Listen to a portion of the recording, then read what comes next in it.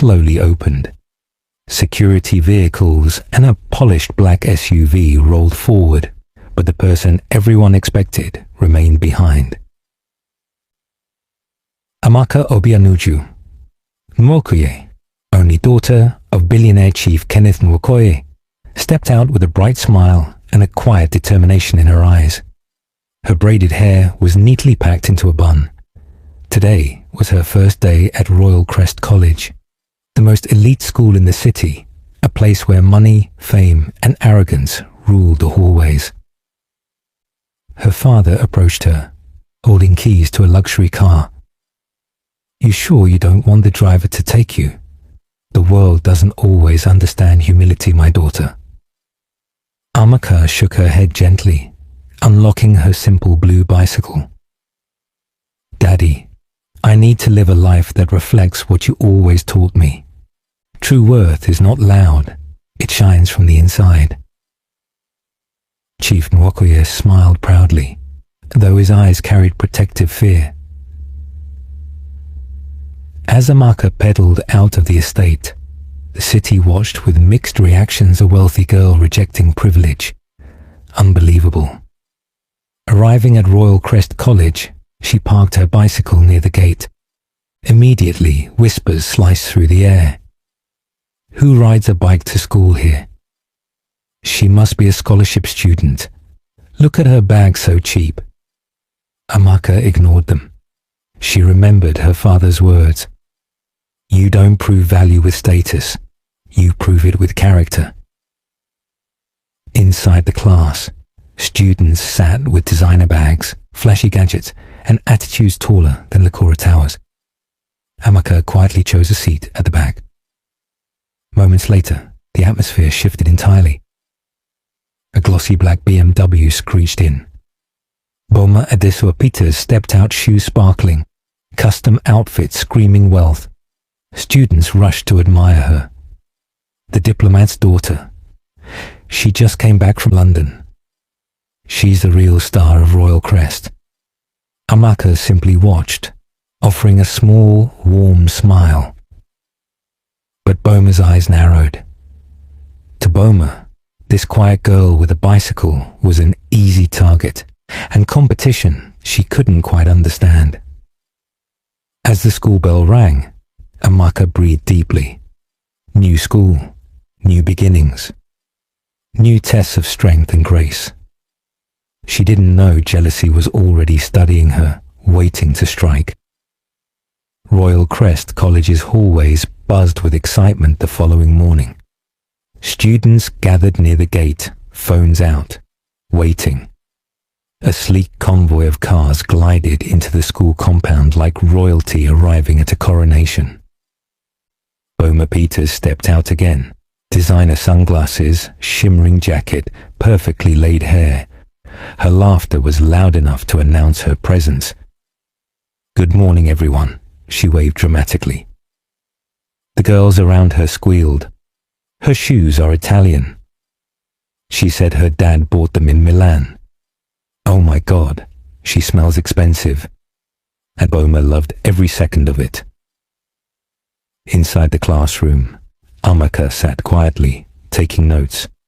She didn't need eyes on her, she needed knowledge. But Boma noticed her anyway.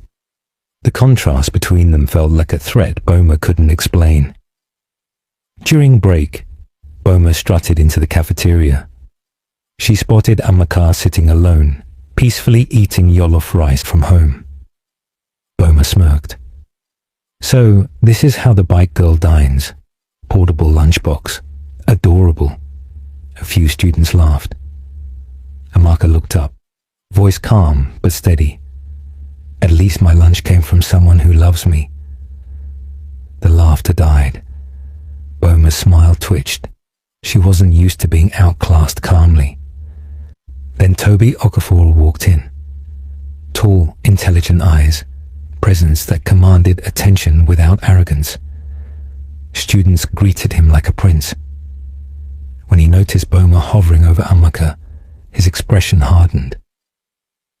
What exactly is so funny? His voice cut through the room. Boma flipped her hair, Oh, Toby, just helping her fit in. Didn't you see her bicycle? She must be sponsored by charity. Tobe sat beside Amaka. I see a girl who isn't defined by a car. That sounds smarter than most people here. Gasps spread like wildfire. Boma froze in disbelief.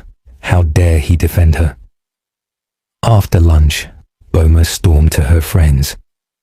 That girl thinks she's better. She will learn who truly belongs here. Her eyes burned jealousy, becoming an obsession. Meanwhile, Amaka was on her bicycle heading home, feeling the sun warm her face. She whispered to herself, I will not dim my light to make others comfortable. Across the road, Boma sat in a tinted car watching her pedal away silently, making her first dangerous vow. If she won't bow, I'll break her. And the battle lines were drawn.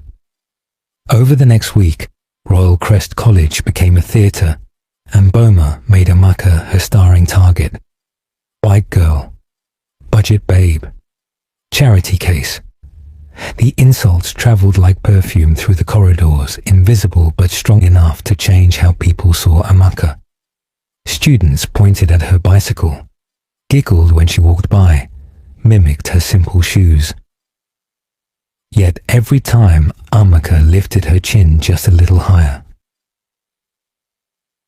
One morning, as she locked her bike at the gate, Boma approached with her usual audience. You still haven't upgraded, she sneered.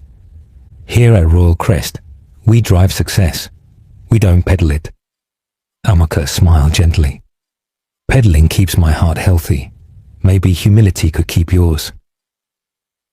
Giggles slipped out from nearby students unexpected. For a moment, Boma's confidence cracked. In class, Amaka excelled answering questions others found difficult. Teachers began praising her, drawing more unwanted attention. Tobe noticed too in every quiet answer, every courageous silence. During a lab assignment, he approached her. You handle pain like someone who's lived twice your age, he said softly. Amaka shrugged. Pain teaches, pride destroys. His admiration grew, and so did Boma's fury. That evening, Boma sat in her rose-colored bedroom walls plastered with visions of a life she didn't have. Her mother, Mrs. Grace Peters, peeked in. You've been quiet. Are you okay, my daughter? Don't call me that, Boma snapped, panic in her voice. If anyone hears you, they'll know I'm not... Not what? Her mother whispered. Not rich. Her eyes glistened with pain. Boma, I'll work every day so you can be here. Please, don't be ashamed of me. But shame was Boma's shadow following her everywhere.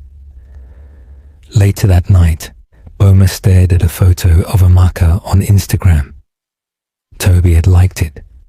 Her chest tightened.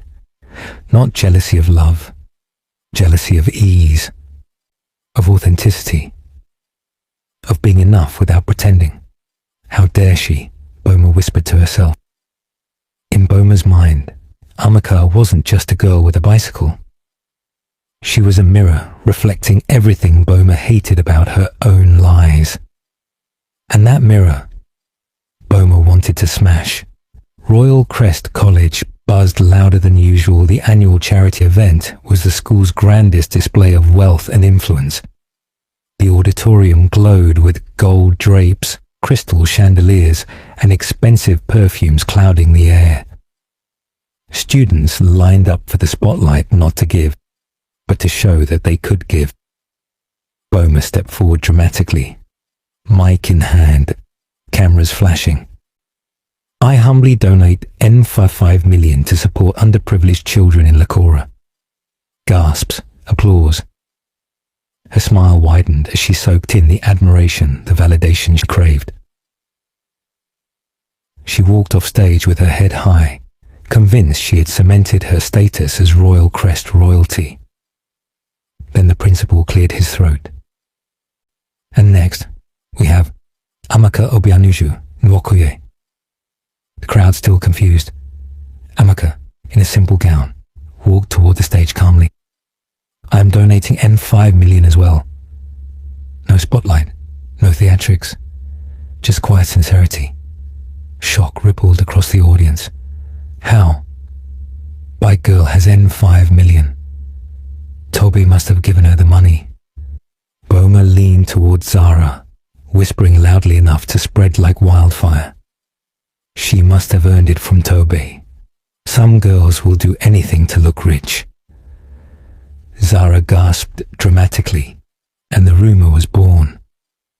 Judgmental eyes stabbed Amaka everywhere she walked. Yet, she kept smiling a small, courageous smile that drove Boma mad. Later, backstage, Toby approached Amaka. You handled all that noise with grace. I'm impressed. A soft blush warmed Amaka's cheeks. Noise is loud, but truth doesn't need to scream.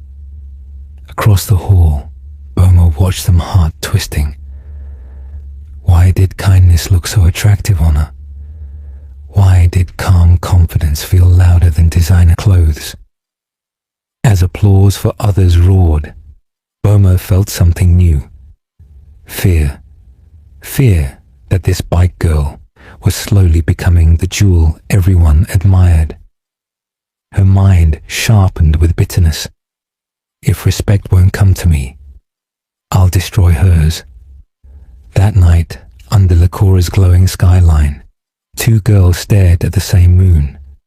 One with hope, one with hostility. And destiny quietly tightened the tension between them, preparing them both for the storms ahead. The next morning, Royal Crest College was buzzing again, but this time with a darker excitement. Students gathered near the gate, waiting for the newest gossip about Amaka and Toby. Boma stepped out of a taxi, the same worn-out one her mother's salary could barely afford, but she quickly dashed behind a parked SUV to avoid being seen. Her heart pounded. She signaled her mother, "Mama, go, before anyone sees you." Mrs. Peters hesitated. She clutched a covered food basket lovingly. "Boma, you haven't been eating well. I stayed up all night making your favorite." "Stop," Boma hissed, panic spreading across her face. "If they see you, everything will collapse." But it was too late. Students began to turn, whispering, staring. A housekeeper dressed in a faded wrapper, bringing food, talking to the supposed daughter of a diplomat. Boma shoved her mother hard. The basket dropped food spilling across the concrete. "Just leave before you embarrass me more." Gasps filled the air. Mrs. Peters' eyes glimmered with heartbreak. "I'm not trying to ruin anything. I'm trying to love you," she whispered. Her voice cracked. She fell to her knees collecting scattered food with trembling hands. The crowd stared, judging, confused, hungry for scandal. Amaka, arriving quietly on her bicycle, froze at the sight. Anger and compassion collided in her chest. She rushed forward, kneeling beside Mrs. Peters. "Ma, let me help you," she said gently, picking up containers with care. Mrs. Peters' tears fell freely. "Bless you, my dear. I only want my daughter to succeed." Amaka smiled warmly. "She will, because she has a mother who sacrifices everything." That was the moment Boma broke. Humiliation burned her soul. Seeing Amaka, the girl she hated, show kindness toward the woman she was ashamed of, it felt like being exposed naked before the entire school. Instead of gratitude, jealousy twisted her thoughts into poison. She pointed at Amaka and shouted loudly, "Oh, look everyone! She's pretending to help to make herself look like an angel. Her own mother must be so proud of her." The crowd murmured, confused by the twisted lie. Amaka stood up slowly. Her voice was calm, but sharper than any blade. I don't hide where I come from, because love is nothing to be ashamed of. Students looked at Boma, really looked, and something in their eyes changed. Something Boma feared more than anything. Recognition. They saw through the cracks in her fake crown. As Mrs. Peters walked away, wiping tears, Boma's heart collapsed into despair. Amaka helped her enemy's mother. Amaka stood tall in truth. Amaka won respect, without trying. In that moment, Boma made a silent promise. If kindness makes her strong, then cruelty will make me stronger. Her war was no longer driven by jealousy, but by a deep, painful hatred of her own reality. Chuka heirs, always hungry for attention, announced the party of the year. Invite only at Marina View Isles Club. Dress like royalty or don't come. The school buzzed with anticipation. Group chats exploded with bragging. Dresses imported from Paris, fresh hair installations, designer cologne. Boma was excited. This was her arena, a chance to erase yesterday's shame.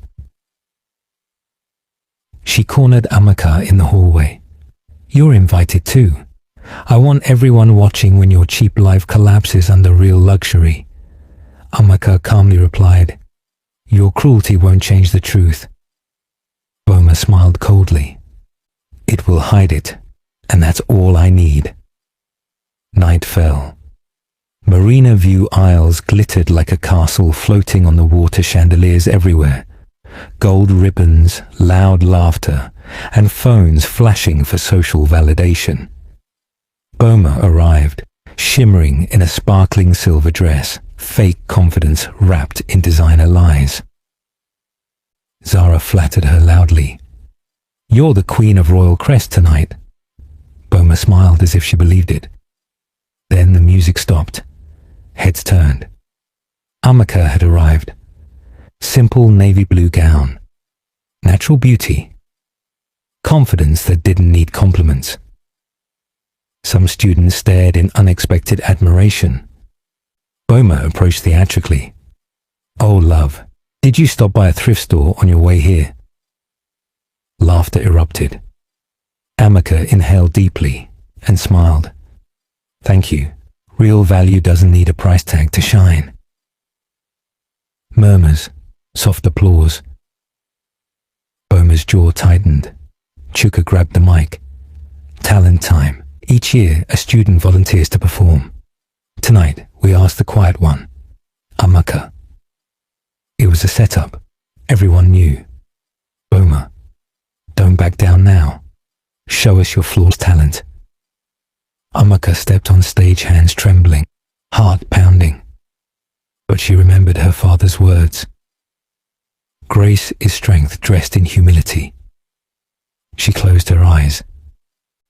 The music began, and she sang. Her voice, pure, emotional, angelic, poured through the hall like healing water. One by one, phones went down. Students leaned forward. The room stilled. Even those who disliked her felt connected to her pain, her hope, her resilience. Tears softened the eyes of a few girls. Even Chuka forgot his script. Zara's mocking face melted into awe. Boma stood frozen, watching her enemy transform into a star right in front of her. And worst of all, Toby's eyes never left Amaka. He looked at her like she was the only real thing in the entire glamorous room. When the final note lingered in the silence, applause erupted loud, sincere, unstoppable. Every clap struck Boma's pride like thunder. Her fake elegance, her shiny lies all suddenly looked cheap next to Amaka's authenticity. Envy sharpened into hatred. She whispered to herself, if her light keeps rising, I will make sure her world falls into darkness. And the night that was meant to ruin Amaka only made her shine brighter. After the unforgettable performance, the news of Amaka's talent lit up Royal Crest the next morning. Her name was everywhere. She sings like an angel. She's actually classy. She's different. But admiration is a spotlight, and where there is light, shadows grow darker. Boma sat in the cafeteria seething, her perfectly painted nails digging into her palm. How can one song make them forget who the real star is? Her voice shook with bitterness. Zara tried to calm her. Forget her. Tonight, we plan our comeback. But Boma wasn't listening. She glared at Tobu, who sat with Amaka again, laughing gently, admiration in his eyes. Every soft smile they exchanged stabbed her deeply. Her anger needed fuel, and her cunning mind found it instantly. She grabbed Zara and Chuka, voice dripping with venom. Spread the truth they want to hear. Amaka seduced someone rich to get everything she has. Zara gasped. Who? Tobe? No, Boma smirked. Someone richer, someone older. The lie took shape cruel and sharp. By noon, it had spread like wildfire. She's a gold digger. She flirts for money. The N5 million donation wasn't hers. She's pretending just like she pretends to be pure. Amaka walked down the hall, feeling eyes pierce her like daggers. Whispers followed her like a bad smell. But she kept breathing, kept walking, kept standing. She remembered her lesson from the stage. When you shine, not everyone will celebrate, some will burn. In the library, Tove found her sitting alone, blinking away the sting of betrayal. Are you okay? He asked softly. Amaka forced a smile. I'm learning that silence can be louder than the truth. Tobe sat beside her. You don't have to fight alone. I see you, the real you, and I believe in you. Her eyes softened. That belief was oxygen to a suffocating heart. Across the room, Boma watched them again, fury bubbling hotter. She clenched her fist. If lies weren't enough to destroy Amaka, she would escalate. Something dangerous, something irreversible. Jealousy wasn't a feeling anymore. It was a mission, and Boma had just begun. Boma's jealousy had now crossed into obsession. Shaming Amaka in words wasn't enough anymore. She wanted evidence even if she had to invent it. One sunny afternoon, as students buzzed around for break, Amaka left school briefly to meet her uncle Chidi, who had just returned from Abuja with documents for her father. They hugged warmly outside a calm Likora cafe. Click. A camera shutter. Boma had been following her eyes burning with wicked excitement. By evening, she edited the photo with shaking speed, cropping out the familiar background, adding shadows, making it look like a secret romantic meeting with a rich older man. The next day, the rumor exploded. Phones pinged everywhere. Rogue HEIRESS caught with sponsor. Amaka has a sugar daddy. So that's how she donates millions. Students stared, mouths twisted in disgust. Boma smirked as the lie spread in waves of judgment. That afternoon, during assembly, a stern voice echoed through the hall. Amaka Obianuju Nwokoye, report to the dean's office immediately. Her heart thudded painfully as she walked forward. Whispers hissed behind her. Inside the office, the dean held up the manipulated picture like a blade. Gracefield cannot tolerate immorality. This relationship is inappropriate. Amaka's voice trembled but remained steady. That man is my uncle. This is a lie. Before the dean could argue, the vice-chancellor stepped in, eyes full of authority. That is Chief Nwokoye's younger brother. I know him personally. Shock snapped into silence. The vice-chancellor turned sharply to the dean. And accusing the daughter of the school's largest donor without verification. A disgrace. Amaka's knees almost gave way from relief. On her way out of the office, she saw Boma watching from the hallway, eyes wide, smile stiff. Her plan had failed. Amaka stood tall, chin up, voice firm. Truth is patient. Lies are loud. Guess which one survives? Students nearby looked at Boma differently, suspicion crawling into their glances. One girl whispered, "Maybe Amaka's not the fake one." Boma's chest tightened, fear and rage colliding. If lies couldn't erase Amaka, then she needed to steal what didn't belong to her. Respect. Attention. A mansion worthy of her make-believe royalty. Her next plan would be her greatest gamble yet. The one that would bring the entire city to witness her downfall. Boma's desperation had now taken full control. Everything she pretended to be was cracking, and she felt her throne slipping. One night, after crying into her pillow until it soaked through, she stormed into the tiny staff quarters, where her mother was washing uniforms. "Mama, you have to let me use one of the Nwokoye mansions," she demanded. Mrs. Peters froze, heart pounding. "Boma, no. If Chief Nwokoye finds out, I will lose the job that keeps us alive." Boma stepped closer, her voice small but sharp. "If you love me, you will help me keep this life." Those words struck like knives. Exhausted and heartbroken, Mrs. Peters gave in.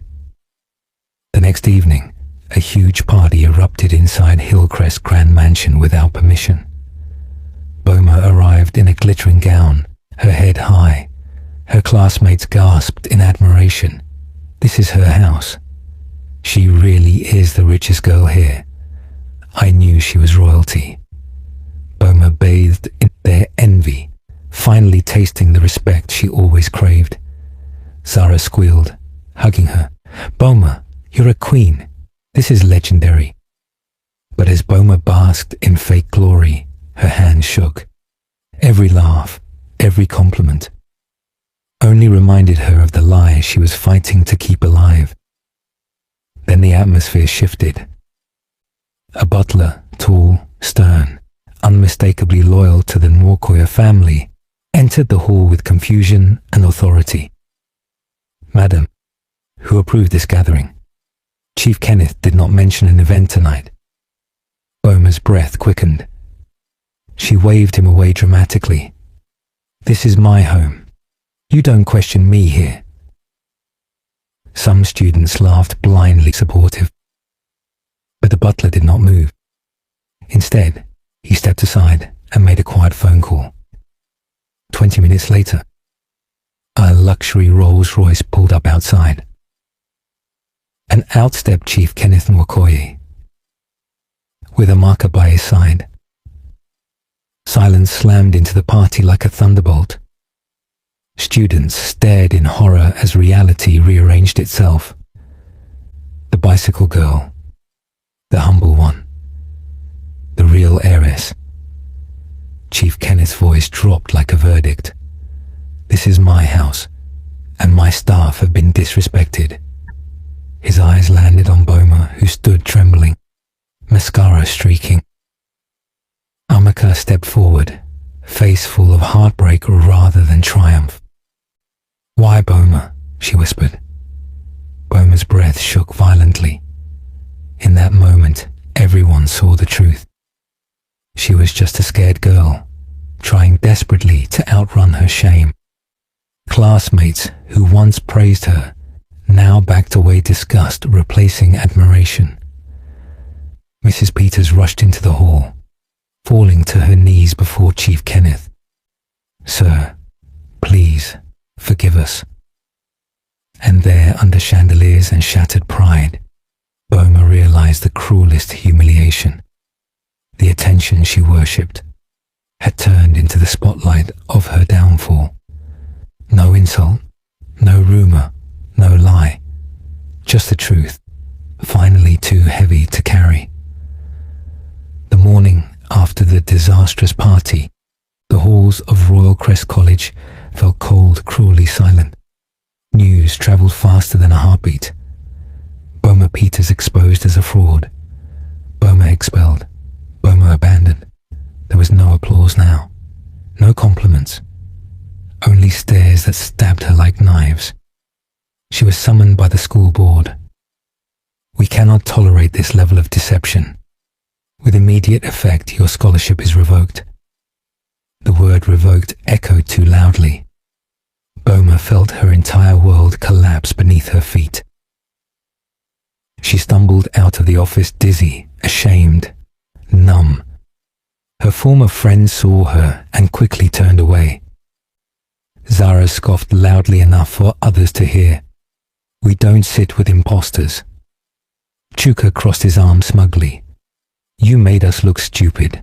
I'm done with you." Their rejection burned more than the board's decision, because these were the people she sacrificed her dignity for. Heartbroken, Boma went to the park, the one place where she once dreamed of a perfect future. Instead, she sat alone on a rusty swing, hugging herself as dusk settled around her. Why does Amaka get everything? Why was I born on the wrong side of life? Her thoughts choked her until tears broke free. She heard footsteps approaching. Kelvin, the boy who once pretended to be a rich heir, sat beside her hesitantly. His voice trembled as he spoke. "I lied too, pretending to be someone I'm not. Trying to impress you." Boma's swollen eyes widened. "Why?" "Because I know what it feels like. To want to escape the life that suffocates you." Silence felt painful, heavy. "For what it's worth," he continued softly, "you're not alone. Not if you don't want to be." Boma stared into the distance, anger wrapped in heartbreak. But instead of taking comfort, bitterness whispered louder. "No one understands. Everyone leaves. Everyone laughs." Her voice broke into a whisper. "Amaka ruined my life, and she will pay." Kelvin's face paled. "Boma, don't go down that path." But she was already gone lost inside a storm of resentment. She stood up, eyes hollow, heart poisoned. "I may have lost everything, but I won't be the only one." She walked away, leaving Kelvin frozen in fear. Because for the first time, he realized Boma wasn't just angry. She was dangerous. Royal Crest College had moved on, but Boma's name still lingered in cruel jokes and mean whispers on social media. She watched from afar as Amaka continued attending school head high, riding her bicycle with dignity. Toba walked beside her, now laughing, joyful, protective. Every moment of their happiness was a reminder of Boma's pain. Hatred kept her alive, but it also kept her drowning. One rainy evening, Boma returned to the staff quarters drenched. Her mother rushed to embrace her. "My child, where have you been?" "I've been—" Boma pushed her away. "You did this. If you were rich, if you were someone worth admiring, none of this would have happened." Mrs. Peters flinched like she had been slapped. Her tears mixed with the rain. "Everything I do for you," she whispered, voice trembling. "I clean floors so you could step into rooms I could never enter. I starve so you could eat. I work day and night so you could dream. Her words cracked Boma's chest wide open. Mrs. Peters continued, voice soft but strong. But respect must be earned, Boma. Not forced, not faked, not built on tearing others down. Boma fell to her knees, sobbing harder than she ever had in her life. I just wanted to be seen, she confessed through the tears. To be valued, to matter. Her mother knelt with her and pulled her into an embrace the kind Boma had rejected for too long. You matter to me. Even if the world forgets your name, I will always remember who you are. But you must remember it too. For the first time, Boma saw the truth. She hadn't been fighting Amaka. She had been fighting her own fear of being insignificant. The next morning, she walked into Royal Crest quietly, not for attention, not for war, but for closure. Amaka was at her locker. Boma approached, hands shaking. Amaka! Her voice broke into pieces. I am sorry. The hallway went silent. Students froze, waiting for a drama that did not come. Amaka looked at her, not with victory, but with compassion. I forgive you, she said gently. Not because you deserve it, but because we both need healing. Tobe smiled proudly at Amaka, witnessing the strength in gentleness once again. Boma wiped her tears as relief washed over her, like chains falling from her heart. She realized something beautiful. Grace is more powerful than revenge, and healing begins the moment you stop running from your own truth. Boma didn't magically become popular again. She didn't suddenly gain everything she ever wanted. Instead, she gained something far more powerful: peace. She apologized not only to Amaka, but to the teachers she disrespected, to the classmates she lied to, and most importantly, she apologized to her mother. Their relationship slowly began to heal, tears being replaced by conversations, shame replaced by gratitude. Meanwhile, Amaka continued her humble journey, riding her bicycle each morning, her confidence now shining without fear. The same students who once mocked her now greeted her with warm respect. They admired her not for what she had, but for who she was. One afternoon during assembly, the school principal cleared his throat. We are proud to announce a new annual honor, the Royal Crest Character Excellence Award. This year, it goes to Amaka Obianuju Nwokoye. The hall exploded in applause. Some students stood. Many cheered her name. But Amaka didn't smile out of pride, she smiled out of gratitude. As she received the award, she glanced toward Boma, who sat quietly at the back. The applause softened in Amaka's mind as she walked down the stage steps and headed straight toward Boma. Without hesitation, she reached out and pulled her into a hug. Gasps filled the room. Toby grinned. Mrs. Peters cried softly. That moment taught the entire school a lesson no textbook ever could. Strength is not loud. Wealth is not clothes. Power is not fame. Power is choosing empathy when you have every reason to hate.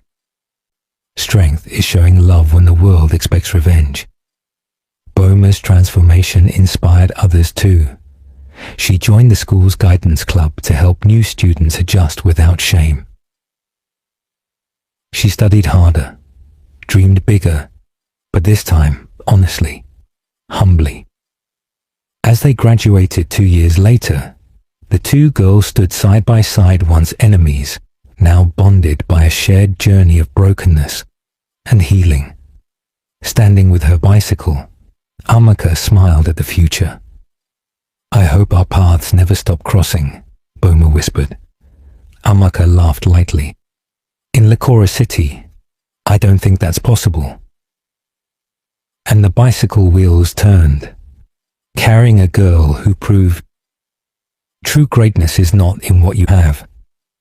It's in who you are when no one is watching.